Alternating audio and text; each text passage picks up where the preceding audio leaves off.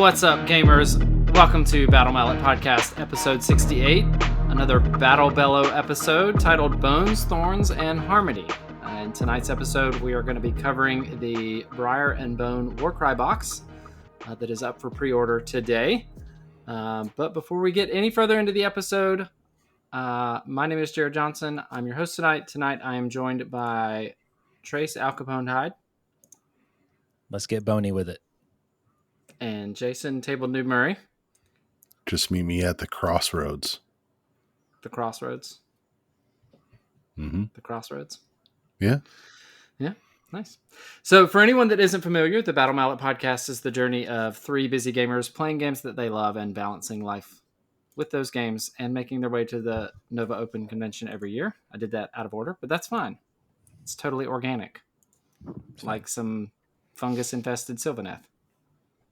You're the fungus and inorganic, deformed Ossiarch Bonereapers. So this is another Battle Bellow episode. We want to start off by thanking Games Workshop for sending us an advanced copy of Briar Bone to review. So that's what we're going to spend the episode doing. We're going to talk about the contents of the box. We're going to spend some time talking about the lore, and then we'll spend some time talking about the rules. And I guess before we dive in, anything to catch up on? I don't think so. Been painting a lot of demons. You have been painting a lot of demons. Yeah. Getting ready for that Old World Square Hammer tournament at Nova. Yep. The GT. 2,500 points worth of demons. So that's a lot of demons. It's a lot. That's a lot of diamonds. That's a lot of demons. Jason got a gaming achievement. Yeah. Achievement unlocked. I did. You want to talk about that? So Emma and I partook in a set championship for Loricana the other day at our local store, the closest one to the house. It's very nice, only 15 minutes away. The Ursula set championships for Loricana. It's like a month-long event where the stores, they get 4 enchanted like kind of promo cards and 2 mats. Emma went and played the It deck. So she played Emerald Steel with this like Bucky thing. It like makes you discard all your cards. It's really annoying. So we got there and we sat down. The pairings came up, and guess who I played? Emma. Nice. Round 1. It was fantastic. She did take me to 3 games. I was a little worried, but it did stink. Like, round 1, one of us had a loss. In the end, it worked out. So I played her. And then I ended up by going 2-1-1 in Swiss and squeaking in the top 4. I was playing a steel blue deck, which is like, it ramps up in resources really, really quickly. And then it uses items to kind of quest or lure out just as quick once you get those items out. And in my 4th game, I played a guy named Chris, and he O2'd me, put me to sleep real quick. And I was like, oh, that was it. That's the end of the run. Like, yep. Thanks for coming. Like, let's go home. But luckily, one of the other games turned out the opposite way everyone thought. So I was able to squeak into the top 4, securing an enchanted. And then I had to play Chris again. But this time I beat him. Oh, so nice. Yeah, moved on to the finals. So I secured a mat, and then I played a local player called Bruce. Really nice gentleman, really helps out Emma whenever he can. But he also had the It deck of Emerald Steel. We went to 3 games, and I squeaked it out and won the store championship. So I got a nice championship mat and the enchanted to go together, which I'm excited about because it's the only one that we got to go to. So, nice. It's pretty cool. They do them every weekend at different stores. It's going to work out perfect, by the way. Why is that? The color scheme on your mat, I'm just going to use it as my placemat for my demons in Nova. It's the same colors. That's really cool. Yeah, that's good. Good tones really cool. to it. Yeah, it's really neat. Yeah, it was exciting. I was not like the goal is to always get a card. And I know most of our listeners don't play the game, but like these prizes, the cards go. The one we won for the first series is still like a $350 card. This one isn't as much, so the card's running about $200 if you sold it outright. For a card that I paid $20 for to enter the tournament, and the mat itself's going for either $2 or $250. So it was a pretty good weekend. That's awesome. Still got that TCG bug. Yeah, not as. I mean, that was the other surprising thing to win it is I only played that deck in my mind. Like there was no like actual playing in person. So it was really cool that it worked out. And we've only played in one event other than this one. Last month we played in just like a normal Saturday meetup event.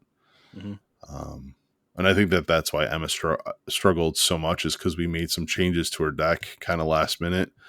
And at one point she's like, I don't know what Tinkerbell does because I've never used her. I was like, oh, probably not a good idea to change that up on a 10-year-old, but yeah.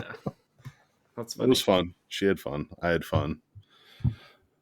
And nice. That's 2 for 2 on the set championships. We'll see what 4 months brings from now.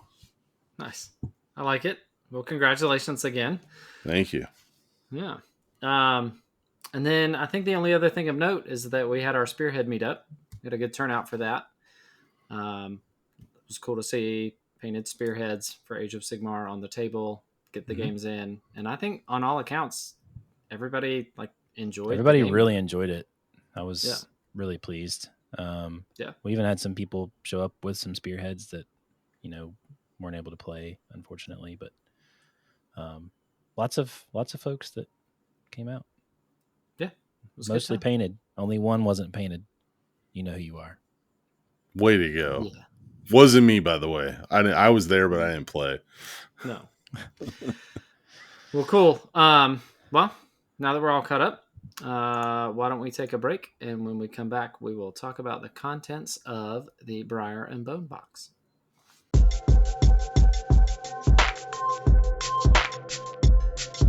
And we're back, and we are here to talk about the contents of the Briar and Bone box for Warcry. So it's the latest expansion for Warcry. It comes with 2 warbands. They've been previewed on the Warhammer community site. There is an Ossiarch Bonereaper warband and a Sylvaneth warband. Both of the warbands come with 8 models. Jason is dancing off mic right now, and it's just amazing. I wish everyone could see it. It's magical.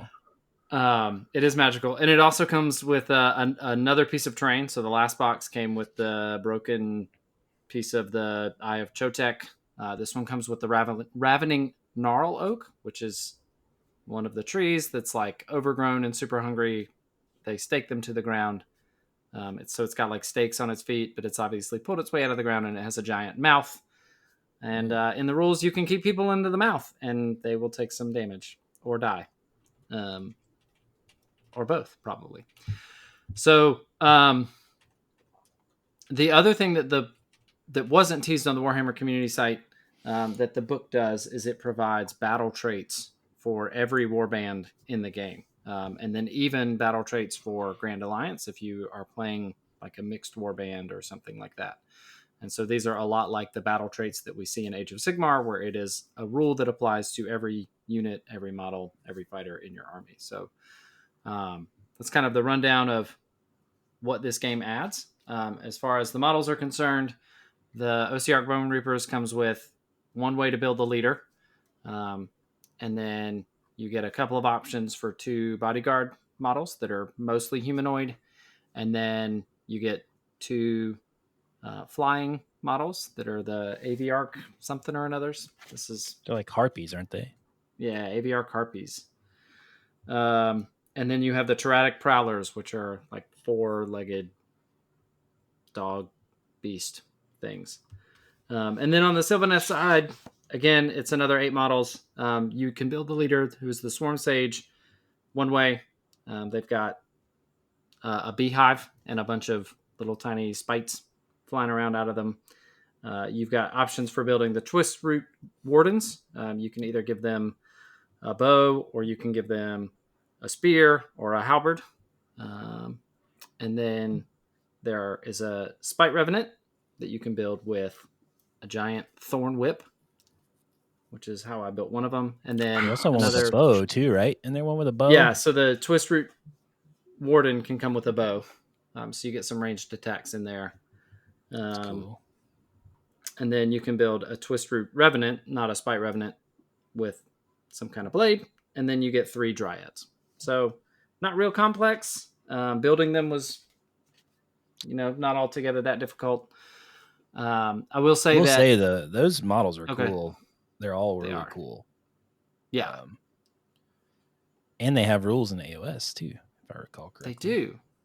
They do. And actually the rules for the models for AOS were released when AOS came out. So anybody that's playing has already seen them, which was cool to see. But we can kind of get into that when we get into the crunch section. We can go over that briefly if you want to. Any other questions about the contents, gentlemen, since we only got the one box? You guys haven't seen it. Just a comment on the Dryads themselves, because those models are they're new. Like they're not. They have the same vibe, but they are very, very nice looking compared to the old Dryad sculpts. Nice. Nice. Yeah. So the sculpts are a lot more dynamic than the old Dryads were, because they're not fantasy models, so they're not stuck in the rank and file positioning. Yeah, for sure. Yeah, that was just one of the things I was impressed by when we were looking at them, is the dynamism of the Dryads. What's the story on the doggos? Like, how are they made? Why are they there? What do they do? Yeah, so let's talk about the dogs. So the Ossiarch Bonereapers, they're called the Teratic Cohorts, and I'm just going to read from the book. That's what we did in the last episode. I think it kind of gives a good way to introduce the warband. So the Teratic Cohorts form the vanguard of the Ossiarchs, scouring the Gnarlwood, seeking to secure Talaxis and the treasures within. Talaxis being the fallen Seraphon world ship that has crashed into the Gnarlwood. So they're seeking to secure the treasures within in the name of the Great Necromancer. Each bears a hideous beastly form, purpose-built for tracking and traversal, and will stop at nothing to see the will of Nagash realized. So the big thing about this warband is that Nagash envisions his Ossiarch Bonereapers to be the pinnacle of soldiery, of wizardry. Like, they're perfect. And so if they ever behave in a way that is less than perfect, then obviously they have failed him in some way, and so he will punish them. And the way that he punishes them is that he will make them more bestial. So he will take the things that make them human or human-like and strip those out. So the leader is a Cavalos Centauri, and he is a Liege Cavalos, which is a leader, a general of the Ossiarch Bonereapers, and he has his Bone Shapers take the torso of the Liege and the body of his mount and fuse them together. So now he's stuck to his mount in some bestial form, and he is the one that's in charge of leading these Teratic cohorts. So being fused to his horse is punishment, is what you're saying. It is, yeah, because he's not his own thing anymore. He's stuck. That seems optimal to me. Like, I mean, functionally, sure, but if you were a general of armies and now you're leading a bunch of beasts around, feels like a demotion. Yeah, fair enough. I mean, you're still leading. It's true, just not armies. Jeez, Nagash. He's just leading the hobos, not the elite troops, right? Like, yeah. I mean, it is cool that there is that. They're not just autonomous constructs, right? Like there is some sort of hierarchy. There's some sort of mess up and punishment. That's pretty nifty. Yeah, and they're hoping by securing all of the busted up Realm Shaper engines that were part of the Seraphon ship, that they will earn their way back into Nagash's good graces. I don't have a lot of hope for them. Nagash is not known for leniency or rewarding people really for anything. So, but I guess some hope is better than no hope. So why don't you tell us a little bit about the different troop types? I'm sure there's some lore bits on those. Yeah, so the next down the line are the Mortex Cycloptians, and they look almost humanoid, other than their feet. So their feet are like very bestial, so they have that like the dog leg, so their feet like are extra long. Are they like webbed feet? Can they swim? I don't know, maybe. I don't think so. I don't think that bones have webs. Okay. Yeah. Ossiarch Bone Duckies. Ossiarch Bone. Yeah, they're not Ossiarch Labrador Retrievers, Jason. Quack, quack. But their big thing is they're actually there to keep an eye on everything else. So they, I see what you're saying. So they have one eye instead of two. But they, but all of the Mortisans can see through their eyes to keep an eye on the rest of the Teratic cohorts. So they only have one eye. Would they be considered like lazy bone out of Bone Thugs and Harmony? Just maybe. Saying. Okay. It seems likely. All right. Yeah. Who's Wishbone? It's one of those birds. The storytelling dog? One of those birds. Is that what we're talking about? That's the dogs, right? Okay, yeah. Sounds good. No, so next we have the Aviarch Harpies. Notice I'm delaying, right? Jason asked about the dogs. I'm talking about everything but the dogs first. And these are Mortex that have had their arms removed. They've been given wings. They don't have any of the like. I can fly. That's not a Bone Thugs and Harmony song, Jason. Wait. Really messed that one up. But they're really there to scout ahead, as you would expect from like a flying thing. And then you have the Teratic Prowlers. So these are the lowest of the low. They have been so defective, whether that's because of a corruption of their soul or because they just messed up over and over and over and over again, that they can't even speak anymore. They like are literally the animals of the Ossiarch Bonereapers. And they're there to just get into things and start shredding things with their teeth and their claws. They are in the realm of Gur, and so a lot of the bones that they're using are beast bones, and so they're starting to notice that these constructs are getting like more and more feral. So one of the charges of the Cavalos Centauri, the leader, is sadly putting down the bone dogs when they get out of control. But what? I know, right? I don't like that guy. Yeah. So it is punishment because he has to kill dogs. And who I know, wants to do terrible. That? No one likes that. The one kind of looks like the Ghostbusters doggo. Does it Zool? No, Zool was the You're talking about the Keymaster and the Gatekeeper? Yeah. There you go. Yeah. Glowthor, Keymaster of Gozer, and what's her name? If you can pull this out, I'm going to be impressed. But what was cool about the building the Prowlers is that you actually got some head options. So I gave one like a dog head. Oh, cool. And then the other one it's like a combo between... Like a saber-toothed tiger. I think I saw like a saber-toothed tiger type of head. Yeah, so it's doggy, saber-toothed tigery. And then the other one is like a combo between some kind of livestock, like a bovine. It's got like big horns, but it's got like a bird beak. Oh, interesting. And then one that I guess is like the alpha. He actually has like armor on his head and like bigger horns coming off. So it's almost like a minotaur head. But they all have very like canine, well, almost feline bodies. But the sculpt's really cool. They're obviously powered in the same way that a lot of the OCR constructs are. So like when I was painting them, like you can see that they've got like the spirit energy. So like all of the OCR models that have all the skulls that fill in the gaps that are like powering them. Like they all have those, even at a smaller scale, like within the rib cages and stuff. So sounds like they'll be fun to paint. Yeah, I had a lot of fun painting them. Painting them up in my Petrifex color scheme. I don't know. They look good. So that's it for the Teratic cohorts. Trace, you want to? Now that we've talked about bones, I think it's time we talk about some thorns. Yeah, tell me about Winnie the Pooh and this honeypot beehive person and his splinters too. Yeah.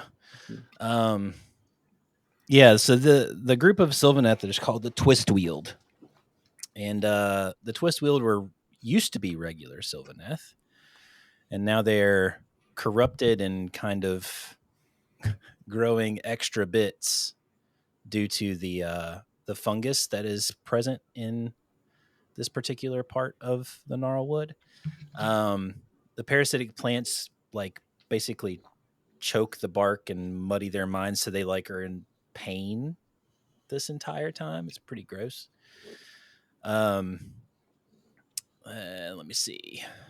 So the whole thing with them is they're kind of, obviously they're the other side of this box and opposing the Bonereapers. So they're trying to protect the scales of Talaxis from the Ossiarch. And one of the things that they do to try and prevent the Ossiarch from coming in and defending it is they actually intentionally infect the what are they called? The gnarl oaks. The gnarl oaks with the fungus, and it makes them go crazy, and eventually they eat themselves, kind of, but it takes a little while. But in the meantime, they awaken and they become very aggressive, and then they'll eat anything that comes by, and you can in game you can push them in, like Jerod said, apples and bananas. That's correct. One of the things that I found interesting about this particular lore is just how there's different stages of the infection with the fungus within the Sylvaneth, and how that directly affects how they interact with other Sylvaneth. Most of them try and stay away to prevent infection, but eventually some of them they basically go on a quest of redemption to try and heal themselves almost. They try and go to the Everspring Swath for healing. I'm looking at some notes that I wrote down. Let's see. So they're leaving the gnarlwood. Yeah. And going back to other Sylvaneth groves. Well, so some groves actually will recruit them because they're more savage and aggressive than normal Sylvaneth are. And then others are no, we don't want none of that business. You stay away. We don't want any of your corruptedness here, type deal. And they're really just trying to focus on preventing others from pillaging Talaxis. And so the warriors of those particular groups of the Twistweald are just assigned to just kill all intruders. Anything that comes close, they don't care if it's immortal, chaos, whatever, kill it. It shouldn't be close to the scales. You don't want to have any of that. And then one of the cool things about the lore too is that they use the fungus to morph their bodies. So when you're looking at the sculpts, those are all mutations that they've kind of manifested themselves out of as they lose their minds and start to become one with the parasite. And they basically embrace the curse to try and help achieve their goals. And it definitely puts them in danger of losing their own lives, but there's some cool lores there. The ones who actually lead these groups of these corrupted Sylvaneth, they're called Swarm Sages. And the Swarm Sages use the bees on the models called the Spite Swarms to try and keep the parasites at bay. And they're kind of like the shepherds of these Sylvaneth that end up slowly losing their minds to the parasite. And then to kind of go a little bit more into that, there's the different ranks, kind of like what Jerod was talking about with the Ossiarch, where there's the different ranks. They have these wardens, which are a little bit more, they still have a lot of their mental faculties, but they can still utilize some of the parasite to manifest new things with their bodies, but they kind of fight through the pain. They have nice weapons and stuff, but they can still fight through and keep their mental clarity. And then the revenants, they use these, they basically manifest the vines out further than, like when you look at the revenants from the regular Sylvaneth, they have like the claws. And these like grow extra vines and all kinds of weird growths to try and reach out further and smack their opponents and stuff. Yeah, that one's got to be, I think that one's got to be the coolest model. Yeah, it is. Because it's, so normally like a Spite Revenant is on a 32. Mm-hmm. But as soon as you give it the Briar lashes, like it doesn't fit anymore. So you have to build it on a 40. And so like the vines are huge and like its fingers have turned into vines and looks very Flood-esque. It does look very like Flood. Yeah. Yeah, I agree. Yeah. And then the Dryads that are in the Warband too, you can't really tell the difference with them.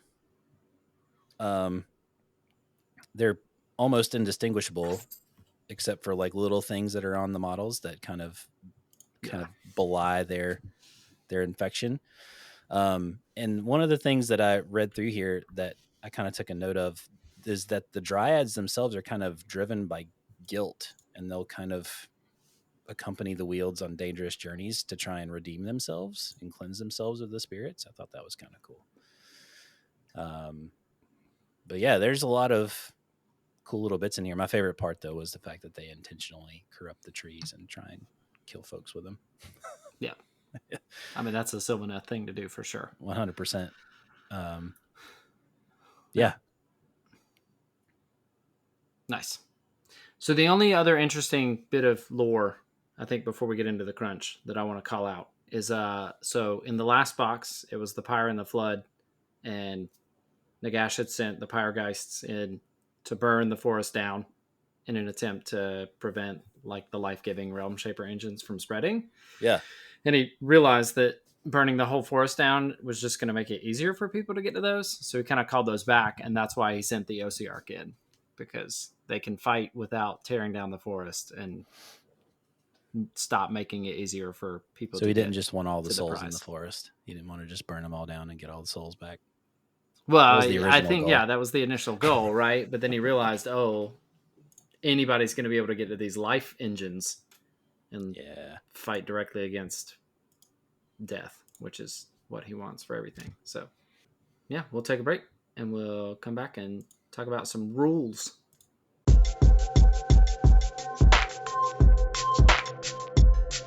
All right, and we're back. And I want to get to the crunchy crunch of the rules. In that intro, you mentioned that there's like a new rule set for all the warbands, all the Grand Alliances. I have what? Give me an example. Like, how does this work? Is it like reactions? Is it just like a overall like rule that if I get some triples and doubles, what is this? Yeah, so they're full-on battle traits, and so it's a lot like I said in the intro, it's a lot like an army-wide rule, and some of them can be a reaction. Some of them let them use like abilities that are on their ability cards for the warband. Some of them let them change value. So like, I'm just going to pull some at random. So there's one for just order in general. So the Grand Alliance order, and it is Courageous Defenders. When a friendly fighter with this battle trait makes the take cover reaction, critical hits become hits on a roll of a 3+ instead of a 4+.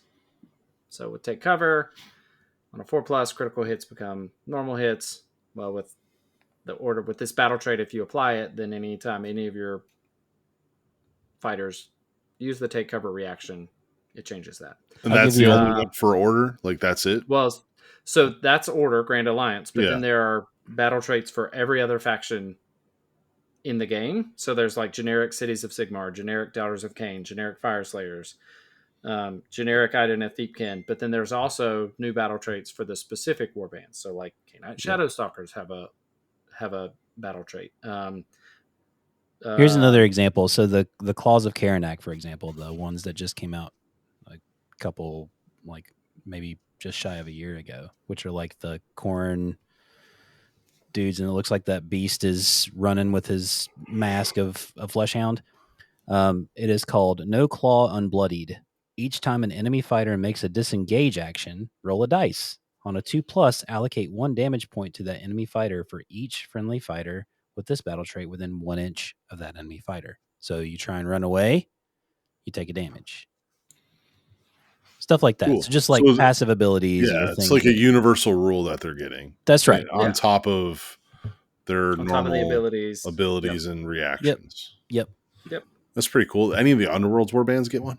Or specific, or they just got to use the death? Well, and some of the... So they would fall into whatever faction that they were. So so like the they Blades could use their Grand Alliance Death, or they could... So Kanan could use Kanan's Reapers could either use the Grand Alliance Death ability, which is once per battle round, count the first critical hit from a ranged attack action that targets a friendly fighter with this battle trait that has the minion rune mark as a hit instead. So like all of your... I'm sure all of the Mortex in the Kanan's Reapers warband are minions. So if you get shot, criticals become normals. Or they could use the Ossiarch Bonereapers, which is if a friendly fighter with this battle trait uses an ability that requires the Ossiarch Bonereapers rune mark and has a range at 1 inch to the range of that ability. So I think the Ossiarchs have one that lets you move another fighter after one of your fighters moves. And so it would extend the range at which that... But I can't use 2. I have to pick 1. You would pick 1. Yep. Cool. Yep. Any trace for you? Any one that like sticks out that you like, or? There was a couple. Like I've looked, since I play mostly Chaos warbands, I've looked at a couple of them. The Tzeentch one is pretty cool. It's called Warped Fate. After the initiative phase, starting with the attacker, each player of a warband with this battle trait can roll a dice for each double, triple, or quad they have. On a 4+, change the value of one of those dice to 6. So they took a little bit of the fate dice mechanics and kind of pulled them over to Warcry a little bit. Yeah. Yep. That's pretty cool. Stuff in there. Yep. Yeah, and there are a handful in there. Like that might be the spiciest thing that you can do is changing things to 6. So Jason, your favorite, the Untamed Beasts, right? Going back to the OGs.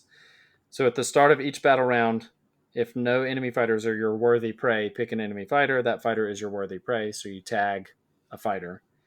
And then while that fighter is your worthy prey, abilities that target that fighter are treated as having a value of 6. So anytime you were like, this fighter takes a number of damage points equal to the value of this roll, well, that would be 6. Automatically becomes a 6. Yeah. That's pretty cool. Another added layer of rules and depth for really everything in the game. Yep. It might be the book. That book might be worth it right there. Could be. Right there. I mean, you also get the giant eating tree. So even if you don't like the warbands. Which will be a great piece of terrain for Spearhead. I think it would count as a large terrain. Large terrain feature. Piece of larger terrain. Cool. All right, so what's the spice of the Ossiarch Bonereapers in the box? Like, what is their rule crunch? Yeah, so their whole thing is they can sacrifice wild dice to do extra stuff, or they can roll to try to get wild dice. So their faction reaction is called Predatory Ravage. Fighter with a Teratic cohort rune mark can make this reaction after all the damage points from an enemy fighter's melee attack have been allocated to them. The reacting fighter can make a melee attack action that targets the attacker. So you can use your reaction to attack after you've been hit. When a fighter uses this reaction, you can discard one of your saved wild dice. If you don't, subtract 1 from the attack's characteristic of that attack action and subtract 1 from the damage points allocated by each hit and critical hit from that attack action to a minimum of 1. So if I'm swinging back with my AVR Harpy, which has, it has 4 attacks. That would get reduced to 3, and my damage characteristics becomes 1/3 instead of 1/4 because it would reduce. But I can discard the wild die and get all of my attacks at my normal value. So you get a full attack action out of activation as a reaction. That's cool. It's pretty good. Yeah. That's cool. Trace, what about the B-boys? Well, they be buzzing. The Twistweald faction rules, they have a reaction as well. The reaction name is called Mycelial Ravaging. A fighter that can make this reaction when they are targeted by a melee attack, but before the hit rolls are made. So you do this before any dice are rolled. For each hit roll of 5+ from that attack action, allocate 2 damage points to the attacking fighter. So it's reflective Thorns damage, which is pretty sweet. So that you spike high on your dice, and I do 2 damage points per spike dice you roll, which is kind of cool. And a lot of these, a lot of the abilities and stuff that they have too for the doubles and triples and stuff, they do extra damage based on like the thorns and stuff like that. So, like a good example is one of the doubles that you can use is flesh piercing talons. During the next melee attack action made by this fighter, critical hits are scored on a 5+ for that attack action instead of a 6+. So they're very killy. Yeah, that was going to be my next question. Like, what do you think the overall warband is really good at? And this one is just dealing damage and taking models off. Yeah, the reflective damage. I mean, any additional damage, especially out of activation, kind of like what Jerod was saying, is just really nice. So being able to do that reaction and spike damage back at your enemy is pretty strong. And most of these guys are they're fairly tough too. So what's your favorite fighter out of all of it, and what is his stat line? Me or Jerod? You. Me. I really think that I like the Spite Revenant the most.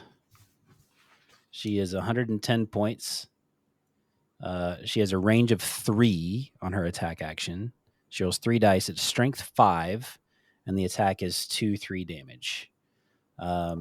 She has a move of 4 and a toughness of 4, and she has 12 wounds. And she can use that ability that we were just talking about, where you can spike on a 5+. She can use that one. And then the triple that they can use is Thorned Grasp. Pick a visible enemy fighter within 3 inches of this fighter, then roll a dice on a 2+, allocate 2 damage points to the fighter for being rolled for. Keep rolling in this way until allocating damage points to that fighter roll is equal to or lower than the previous roll. So if you spike high, you don't want to spike high early. You want to go low and then continue to do that stuff until you roll underneath it. Yeah. But that's pretty spicy. She's pretty good. I like her a lot. That's awesome. Jerod, what about the Ossiarch Bonereapers? What is like your favorite little unit or stat line out of there? Yeah, so I think I like the Mortex Cycloptean with Dreadglaive. I think just visually Dreadglaive.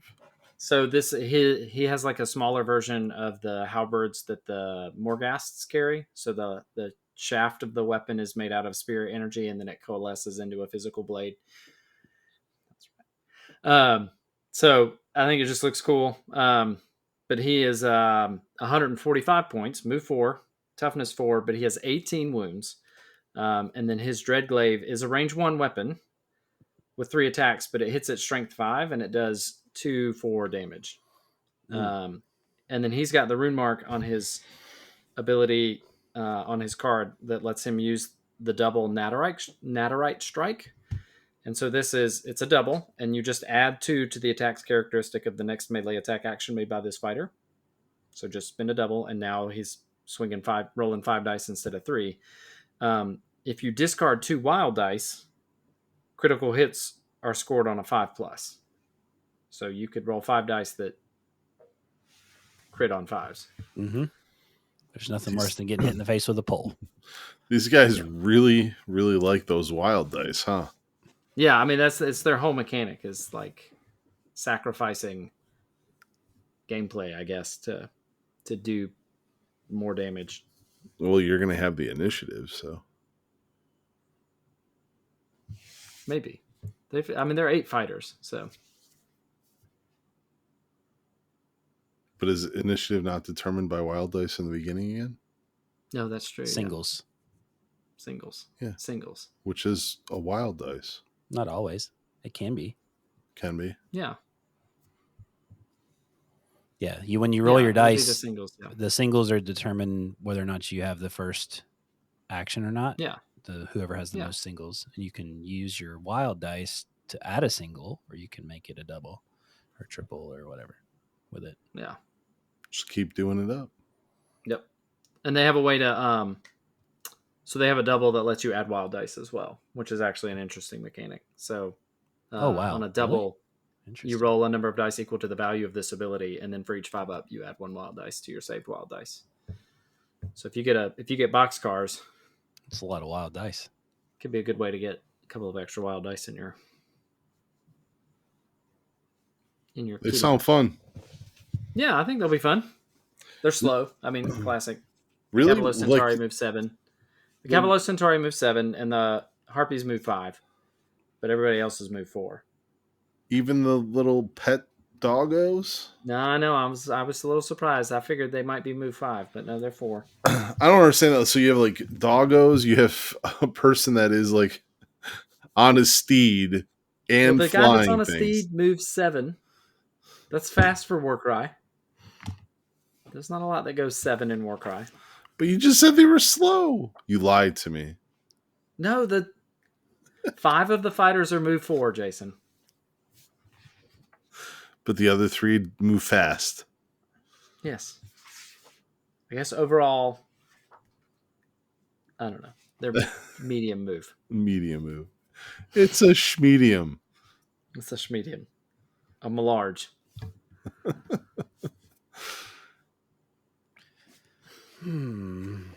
So is there anything else interesting that stand out, like that you guys wanted to call out for the actual rules of these warbands? So there's one more ability, and this is the one that it can only be used by the dogs or the birds, and it's called Artery Severing Strike. It's a triple. And a fighter can only use this ability if an enemy fighter has been allocated 1 or more damage points by a melee attack action made by them this activation. Until the end of the battle round, each time that enemy fighter makes a reaction or an action other than wait, roll a number of dice equal to the value of this ability. For each roll of 2+, allocate 1 damage point to that fighter. So you bite them, and you've torn an artery, and you spend your triple on this, and every time they do anything, they could be taking some damage. And it's pretty cool. I'll just highlight the quad for the Sylvaneth 2. It's called Twisted Song. It says remove a number of damage points allocated to this fighter equal to the value of this ability. This fighter can then make a bonus move action or a bonus attack action. So you heal, and then you can do extra moves and extra stuff. So it's Rampage plus a heal. That's strong. That's awesome. Well, cool. I mean, they both sound very interesting, very unique, flavorful to the warbands that they come from. Now, the real big question, Jerod, is are you going to use the Ossiarch Bonereapers in a bigger game of AOS? Do their AOS rules hold water? Yeah, so I think that they do. So we'll just go through their AOS stat line. So in AOS, they're actually fast. So they're all move 7, which is incredibly fast for Ossiarchs. I don't know. How is it different? I'm confused now. It's a different game board, Jason. They have the standard Ossiarch save of 4+, but they're 2 wounds each. So with 8 models, you've got 16 health sitting in a unit. They have a control score of 1, so you've got a control score of 8 if you're sitting on an objective, which is not terrible.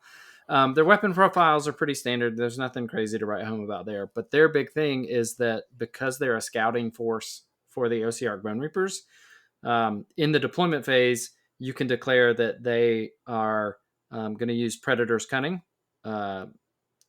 So they get set up in reserve. And then in your movement phase, you can pick them. And the effect is that you set the unit up anywhere on the battlefield more than 9 inches from all enemy units. That's big because they don't have an ability like that in the. Yeah, they don't have. Yeah, they don't. There's no summon, pop up, teleport ability in the Ossiarchs. So slick. I could easily see one of these being useful. I mean, I haven't played any full games of AOS 4, but knowing how valuable teleporting can be in Spearhead for the Sylvaneth, as they're an elite battle force, Ossiarchs are going to be elite as well. Having maybe 2 of these that you could use to pop up wherever you need them to could be really big. Yeah, that's awesome. So, yes, Jason, I will probably end up using them in the large game. Awesome.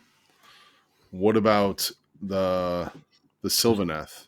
Do they also add something to their larger counterpart? So the unit itself is not as impressive for the Sylvaneth, for the Twistweald. They do have some decent shooting, albeit it's pretty short range. They all have 2 health, and they're 5 up armor save, and they move 5. And they're 1 control for objective control. The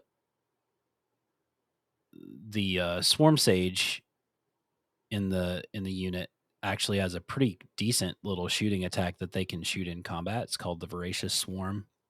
It's a 10-inch range, 6 attacks, 3 to hit, 4 to wound, 1 rend, and 1 damage. It has shoot in combat, so it's a nice little boost of damage in the shooting phase, even if they're caught. And then the single model that has the bow gets 2 shots as well as 18 inches for 2 shots, 3s, 4s, and rend 1, damage 1, but he cannot shoot in combat. It's a pretty middling damage profile for the melee weapons. All the rest of the guys have either Twist Root Talons, which are 3 attacks, 3s and 4s, no rend, and 1 damage, or a Warden's Blade, which is 2 attacks, 3s and 4s, rend 1, 2 damage.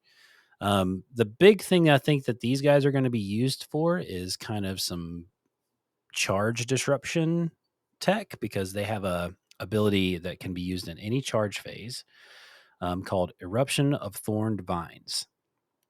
And the flavor text here is pretty cool. It says barbed vines burst from the ground and infected Sylvaneth flesh to ensnare foes, allowing their movement and forcing them to confront the Twistweald head on, slowing their movement and forcing them to face the Twistweald head on. And it says, declare, if this unit is more than 6 inches from all other friendly Sylvaneth units, pick an enemy unit within 12 inches of this unit to be the target. Subtract D3 from charge rolls for the target for the rest of the turn. So you pick a unit, and you basically reduce their charge range by D3. So that's pretty big, because that's pretty cool. That can change a charge phase pretty drastically, especially if it's a longer charge. Yeah, it definitely could keep somebody away for a turn. Yeah. Well, awesome. Cool models too. So yeah, it's a quick look at what makes each of these warbands unique and awesome on the tabletop. I'm excited to see them played. I am really excited to see them in line with their bigger counterparts, just to see how the models fit into the range. I always love to see Warcry warbands on the large table. So with that, we'll take a break and we'll be right back.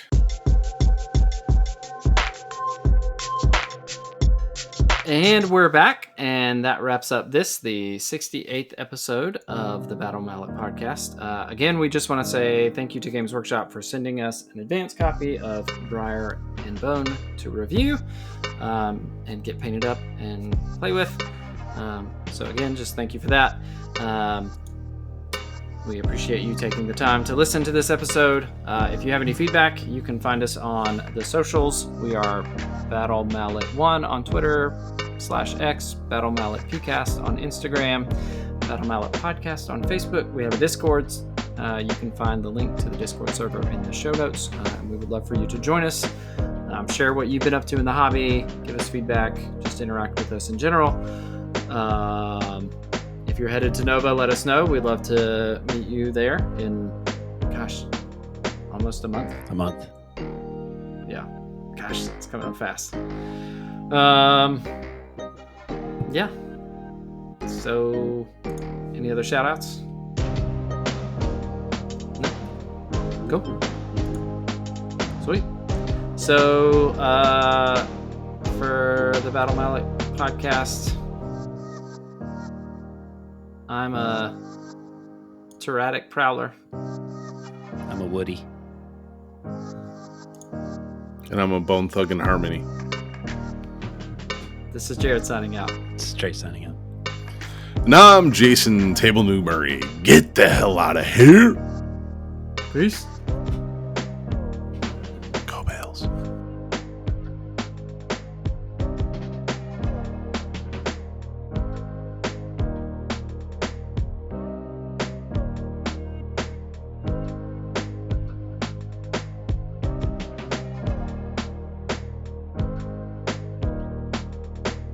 The Battle Mallet podcast is protected under the Creative Commons license. If you have further questions as to its use, you can find more information via links on podcast.battle-mallet.com. Music by Anno Domini Beats.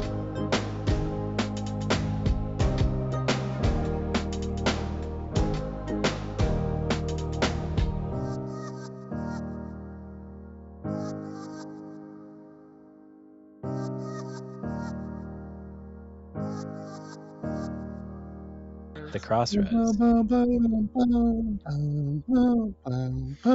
me what you gonna do. When ain't nowhere to hide. When judgment comes for you. When judgment comes for you. And I'm gonna miss everybody. And I'm gonna miss everybody.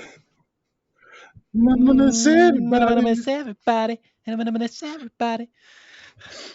Meet you at the crossroads. And we pray, we pray, we pray, we pray. Every day, every day, every day, every day.